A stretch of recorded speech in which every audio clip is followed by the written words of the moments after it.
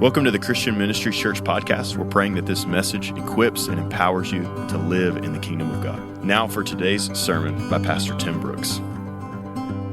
We want to welcome those joining us, live streams, different medias that we have out here, podcast. We're grateful. Good to have you here and praying you're blessed today. The title of today's message is Understanding Your Part.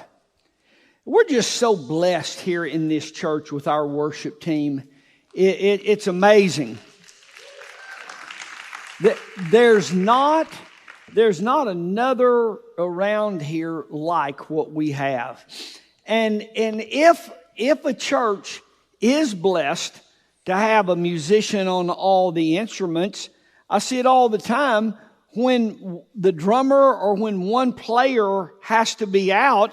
Oftentimes the church has to hire somebody to come in and play for them that day because they don't have anybody else. And to think that we have multiple players and singers on every instrument up here, just don't ever take that for granted. It's amazing what we have here. Those of you who don't know Lucas, our worship leader, he does an outstanding job, and what he does is really, it's unbelievable to me. What you don't know is, while he's up here singing, never missing a word, playing the guitar, never missing a beat, he steps on one of those buttons right there, turns his mic off, and he speaks in the ear of every player up here, turns that button back on and never misses the next word of his song. Steps on a button, talks to the sound, the light people, talks to the folks backstage, steps back on a button and never misses the next word, the next beat of that song. That's incredible to me. Leading and discipling and mentoring like he does. It's amazing what Lucas does and provides for us. And we've got some 40 plus musicians in rotation. And the biggest complaint that we have, it's not about burning people out. It's that I don't get to play enough here. That's unprecedented.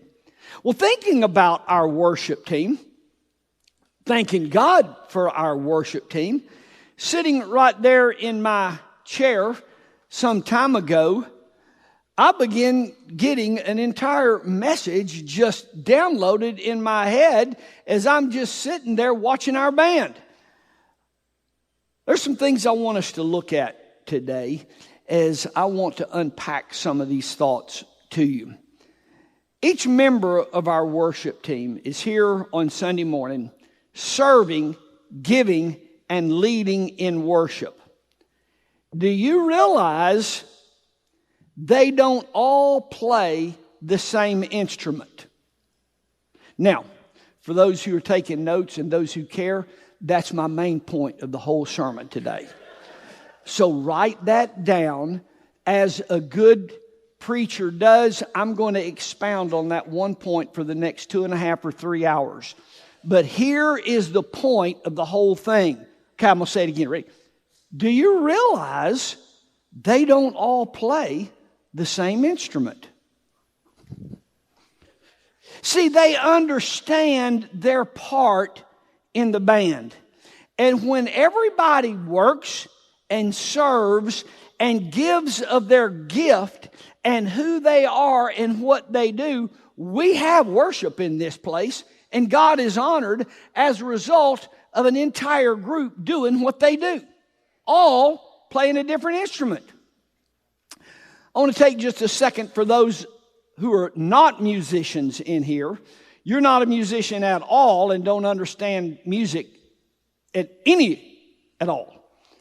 Someone has to sing the lead part on every song. It's called the melody. They are assigned the most important part of that song.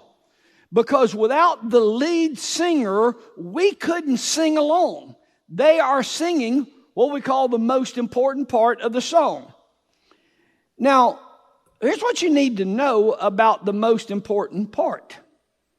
Picture our lead singer standing here without a sound, without lights, total dark in this, not another person on stage and nobody out there singing their lead part, how far would worship go?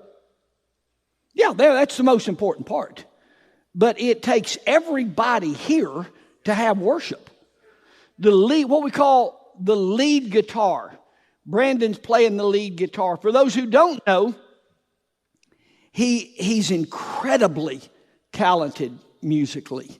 There's just, it's second to none. His talent is unbelievable. And there's just not many in this state that rival what Brandon does, playing lead on the guitar. That's awesome. But without the guy standing back here playing the rhythm guitar, and without the guy here playing the bass, and without the guy playing the drums and keeping the beat and driving that song, Brandon playing the lead. Here's what I'm telling you. You can say Brandon Chosen, it's the most important part up here, and it's the lead part. But that part isn't near what it is without everybody else up here driving this thing.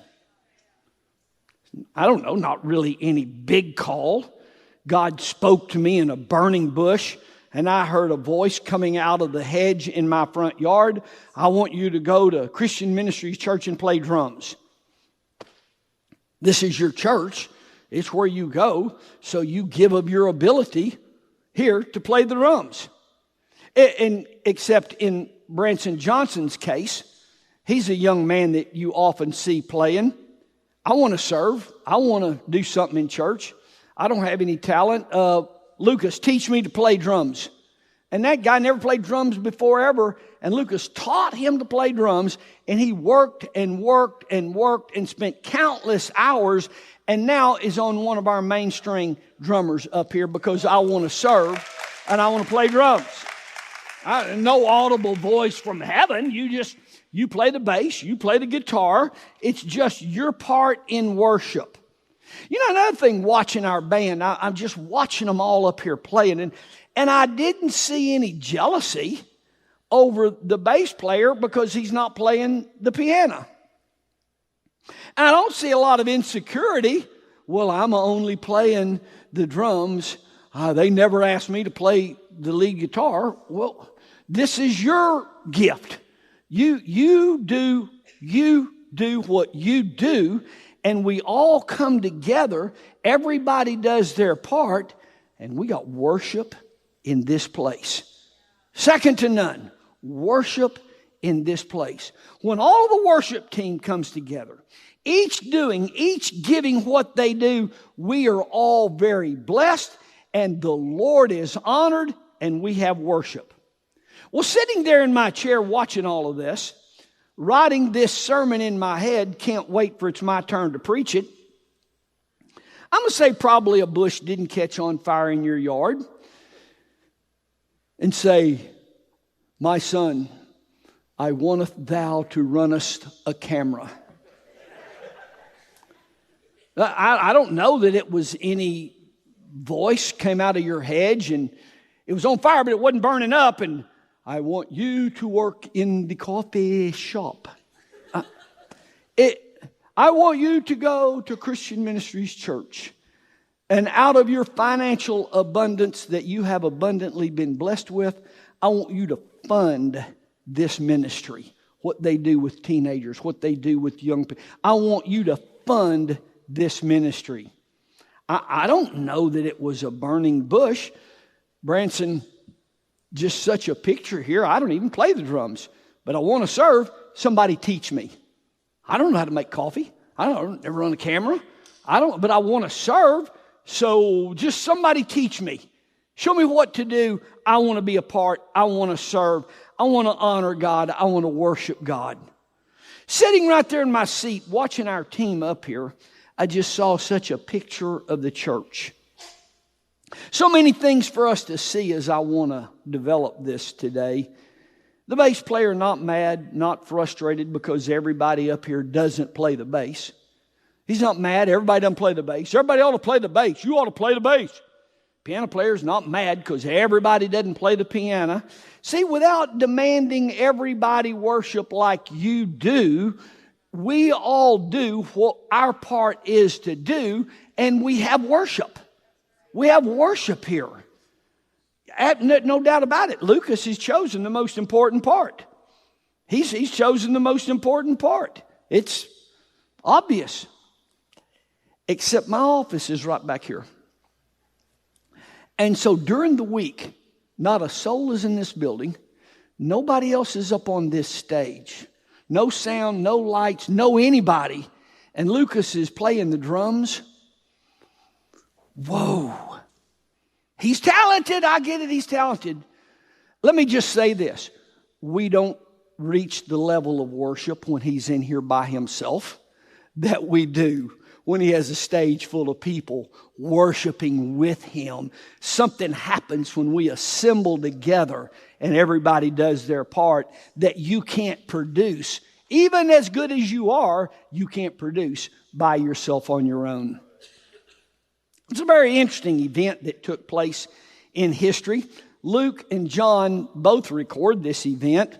I'm going to read both accounts to you. Luke chapter 10, John chapter 12. Luke chapter 10, verse 38. As Jesus and the disciples continued on their way to Jerusalem, they came to a certain village where a woman named Martha welcomed her to her home. Her sister Mary sat at the Lord's feet, listening to what he taught. But Martha was distracted by the big dinner she was preparing. She came to Jesus and said, Lord, doesn't it seem unfair to you that my sister is just sitting here while I'm doing all the work? Tell her to come and help me. The Lord said, okay, dear Martha, you're worried and upset over all of these details. There's only one thing worth being concerned about, and Mary has discovered it, and it'll not be taken away from her. John chapter 12, verse 1, the same story. 6 days before Passover celebration began, Jesus arrived in Bethany, the home of Lazarus, the man he had raised from the dead. A dinner was prepared in Jesus' honor. Martha served. Lazarus was among those who ate with him. When Mary took 12-ounce jar of expensive perfume, she anointed Jesus' feet with it, wiping his feet with her hair. The house was filled with fragrance. But Judas Iscariot, the disciple who would soon betray him, that perfume is worth a year's wages. It should have been sold and the money given to the poor. Not that he cared for the poor. He's a thief. And since he was in charge of the disciples' money, he often stole some for himself. Jesus replied, leave her alone. She did this in preparation for my burial. You'll always have the poor among you, but you will not always have me. When all the people heard of Jesus' arrival, they flocked to see him and to also see Lazarus, the man Jesus had raised from the dead. The leading priests decided to kill Lazarus too, for it was because of him that many of the people had deserted and believed in Jesus.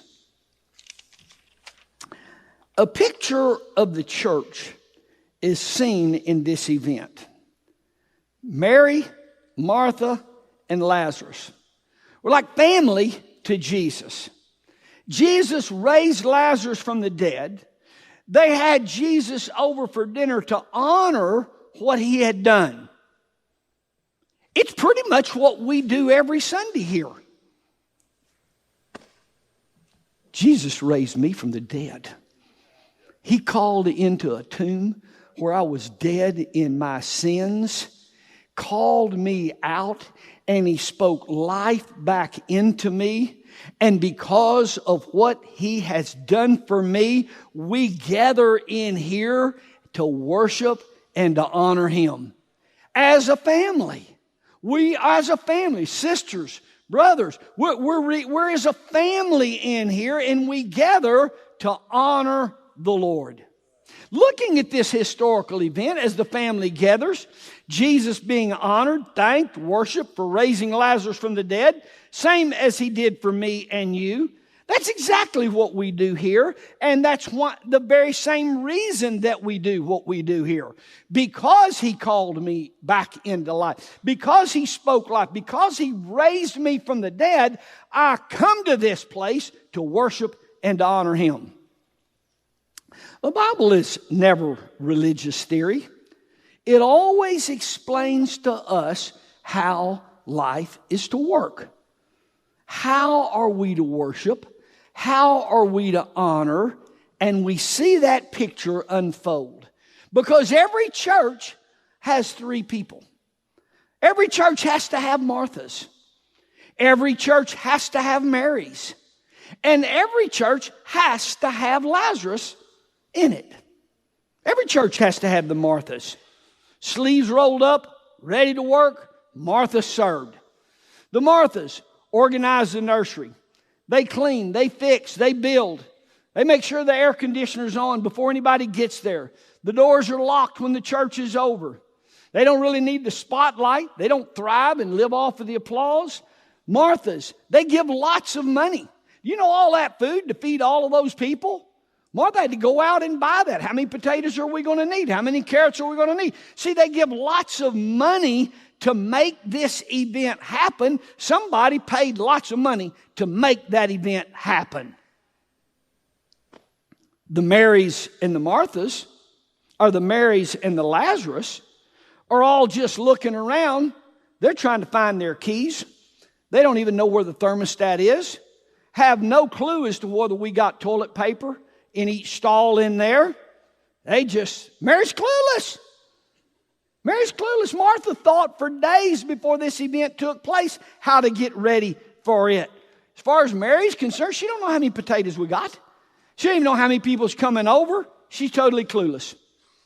Luke chapter 10 verse 38 describes Mary is seated and Martha got mad. Who can sit and listen when we got bread to bake? We got tables to set. See, Martha complains in verse 40, Lord, don't you care that my sister left me to do all of the work? See, Martha had gotten distracted by the toilet paper and the mopping and the cleaning. And she had let that get her. She was distracted and forgot to worship with what she was doing. Huge lesson. This plagues the church. Everybody is gifted. Everybody's equipped. Everybody's wired to do their part as we gather to honor Jesus. The problem is, when that is what your assignment is, you're mad at everybody else who's not keeping the nursery. See, you're mad at everybody else because I'm the only one to run the sound around here. Now, I want you to see this. Jesus didn't rebuke Martha and tell her to get in here, stop cooking, and you pour perfume on my feet. He rebuked her for letting herself get distracted from worship. That's what can't happen. Now, you cook, you prepare, but don't let yourself get distracted from what we're really doing here. You know, in church, did y'all see Pastor Tim? He sat down during the whole song. I never saw him raise his hand, not one time. Pastor Tim, he didn't even raise his hands today in church. Well, no, I didn't. But last night at 7 o'clock, I drove down here just to make sure we were okay. I walked through this building and there was one place that had some spill. And I got me a wet rag and got down and I cleaned that up. What you don't understand is, this big of a building, it takes 1 hour to move the temperature 1 degree.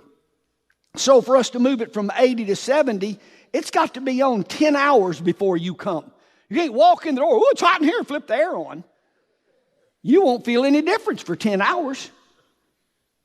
No, I didn't have my hands raised. I wasn't spinning around, but I was here at 5:45 this morning. I unlocked all these doors, turned all the lights on. I made sure the air was just right. I walked up and down the aisles. I went in the bathroom, checked all the stalls. I also made sure the electric bill was paid where they didn't shut this off right in the middle of our service today. See, I did my part in honoring and worshiping and making a worship experience happen for all of us. And I did what I did so you could raise your hands and spin around. Church, we all got a part in worshiping and honoring the Lord here. We all have a part. My instrument to play is not your instrument to play. Quit looking down your nose at somebody for not playing the rhythm guitar while they're over here playing the lead guitar. We all got our instruments to play. Now we're going to come in here and play it. Jesus set Martha straight. There's a place for service, and there's a place for extravagant worship. I'll never look down my nose at somebody who's got their hands raised and twirling and jumping up and down. I don't know where you were this morning at 5:45 when I was down here. Why don't you stop all that jumping around and get down here at 5:45 in the morning? Come on. Marys are gifted with pouring perfume. They don't just sing worship, that they experience worship in a new level. They don't just attend church. They offer praise, pouring fragrance on Jesus' feet. The Marys have one foot in heaven and one foot on a cloud. It's not real easy for them to make contact with the earth. They have to constantly be reminded we're on a time schedule. They got to constantly be reminded that food is in the oven. They got to constantly be reminded that we got toilet paper to make sure it's on the roll. See, every church has got to have the Marthas, and every church has got to have the Marys, or we don't have worship. Marys have got to remember that service is worship. Your service is worship here. I'm going to tell you who worshiped the Lord this morning is those ladies keeping our nursery. And if you don't believe that, bring all of those screaming, crying babies in here and see how much worship takes place. See, the folks worshiping this morning were keeping the nursery. The folks honoring the Lord and grateful for what He did made you a cup of coffee when you came in here. See, someone has to unlock the door. Someone has to keep the nursery. So someone has, are you getting this? Someone has got to have a job that makes a lot more money than they need to live on. And they can fund what Jesus is doing as their form of worship. They're worshiping, buddy. And if it wasn't for those folks that come here and put money in this baskets, you wouldn't have an air-conditioned place to raise your hands and twirl around in. We got folks that are worshiping with giving. They thank God for what He's done, and they worship Him with their giving. See, that house all met in was paid for. That food Martha had bought, it was all paid for.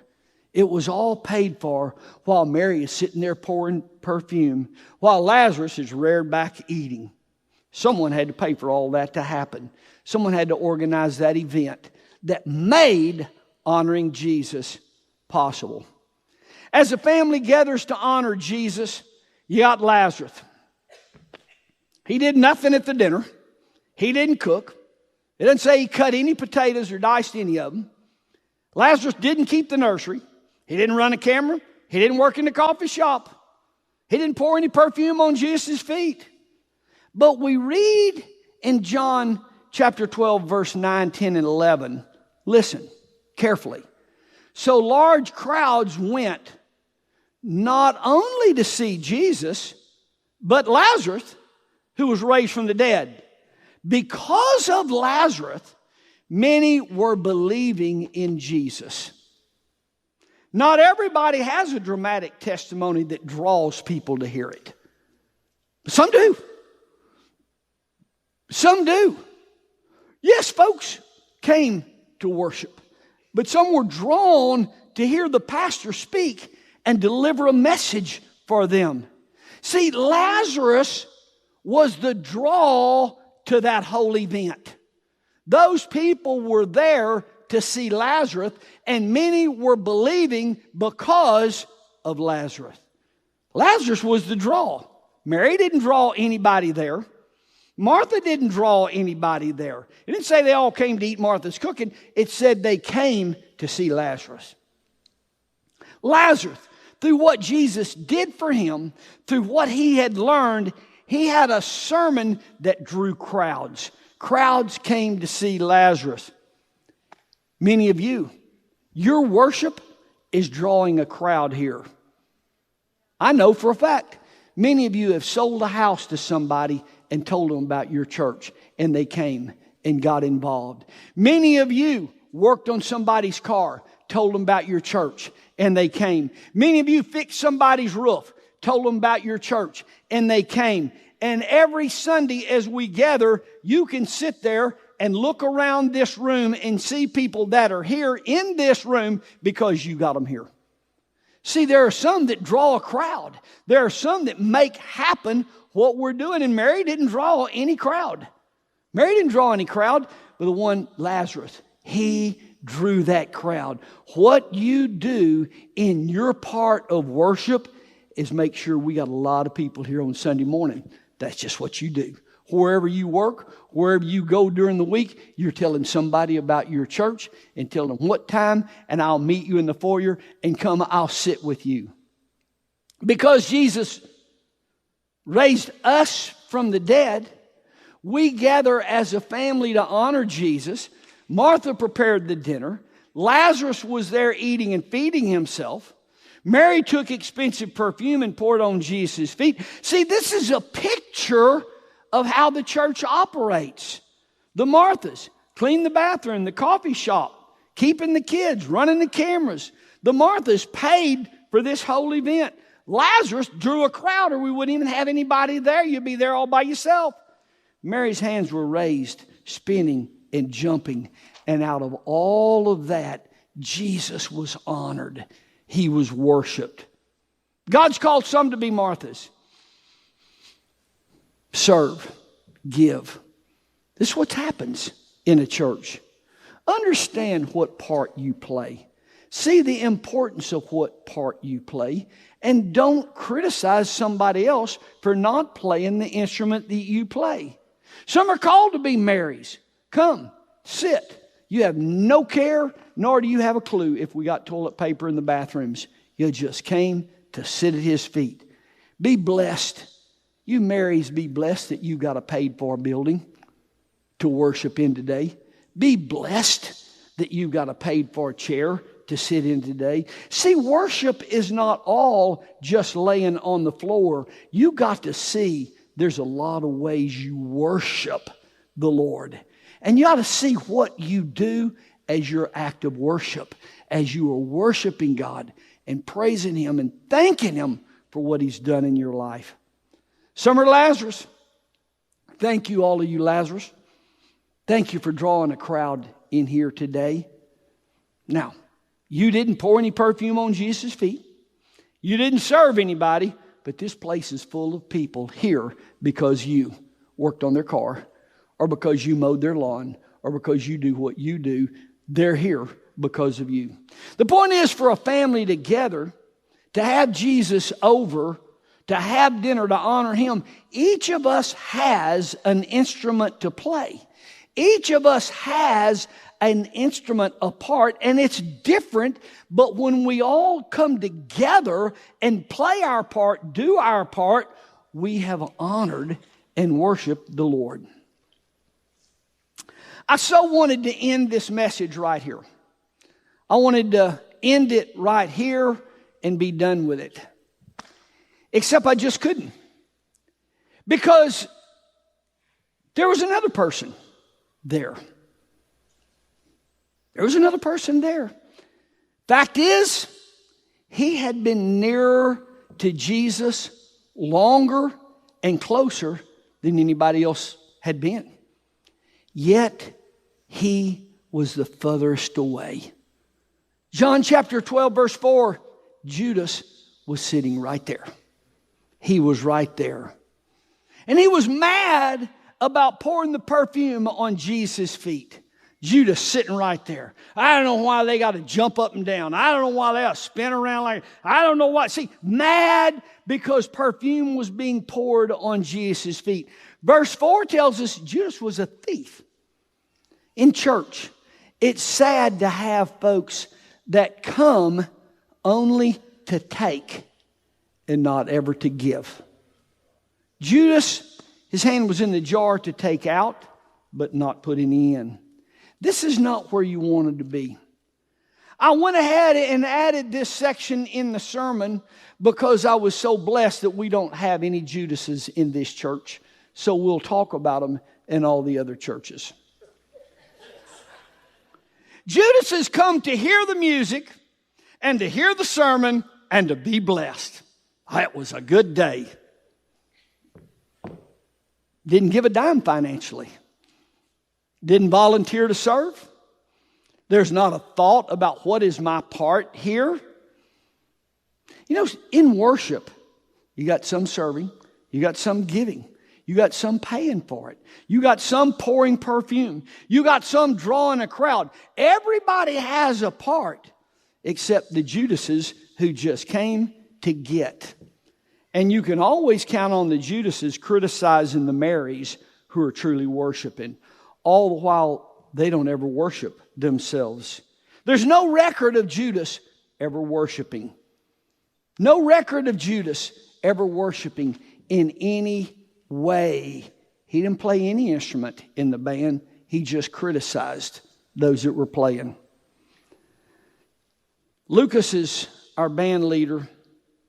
He's gifted. He's a gift to this family.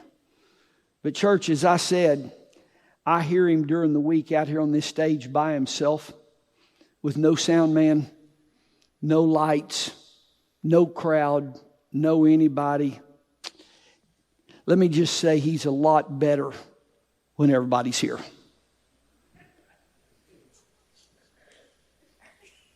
I understand the part you play because I've come out here on this stage in the middle of the week, total black darkness, and I've tried to preach.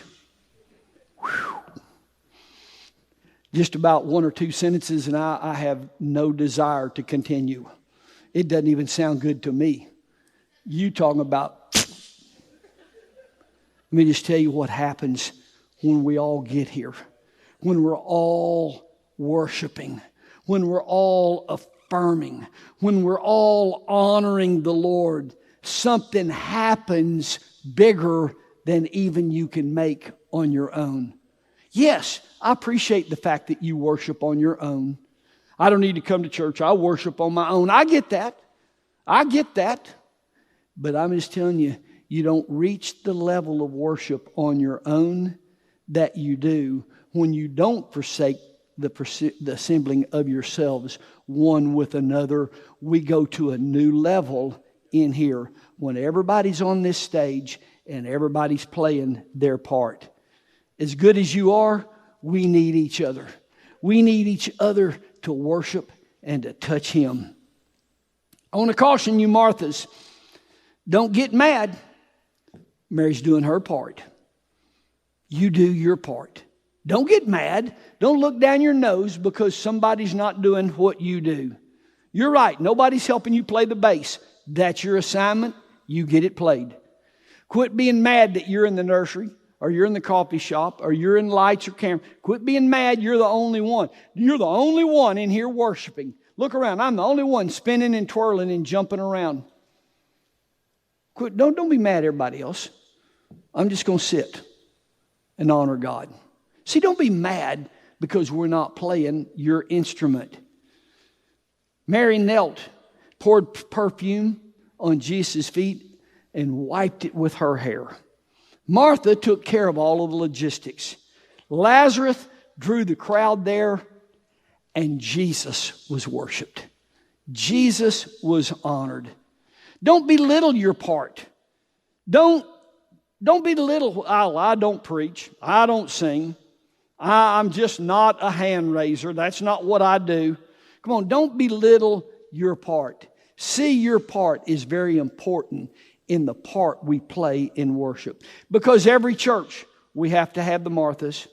Every church, we have to have the Marys. We have to have the Marys who don't get distracted, who came to pour perfume on His feet. Every church has to have the Lazarus, or there's not anybody that comes. You're in here by yourself. We need fewer like Judas. We need fewer like Judas. Don't pay a tithe, and they sure don't give an offering. They don't volunteer in any area. They don't ever raise their hands and participate in worship. They don't enter in. They never invite anybody to come to meet them in church. They just come to see if they can get blessed. Fewer like Judas, more like Mary, Martha, and Lazarus. Understand your part.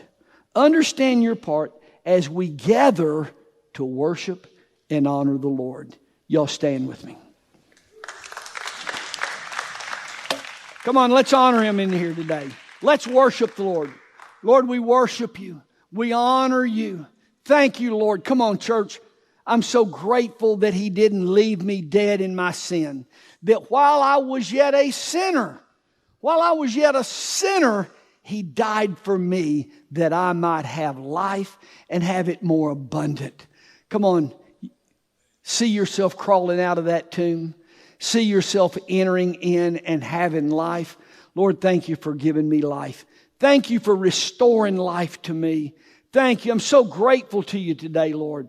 I worship you, Lord. I honor you. I praise you. I bless you. I give you thanks in Jesus' mighty name. Amen. Amen. God bless you and happy Father's Day. Happy Father's Day. Thank you for listening to this message from Christian Ministries Church. If this message impacted you and you'd like to sow into our ministry, you can give at cmchurch.com. If you'd like to listen to more of our messages, you can find us on Facebook, Instagram, and YouTube. Just search for Christian Ministries. God bless.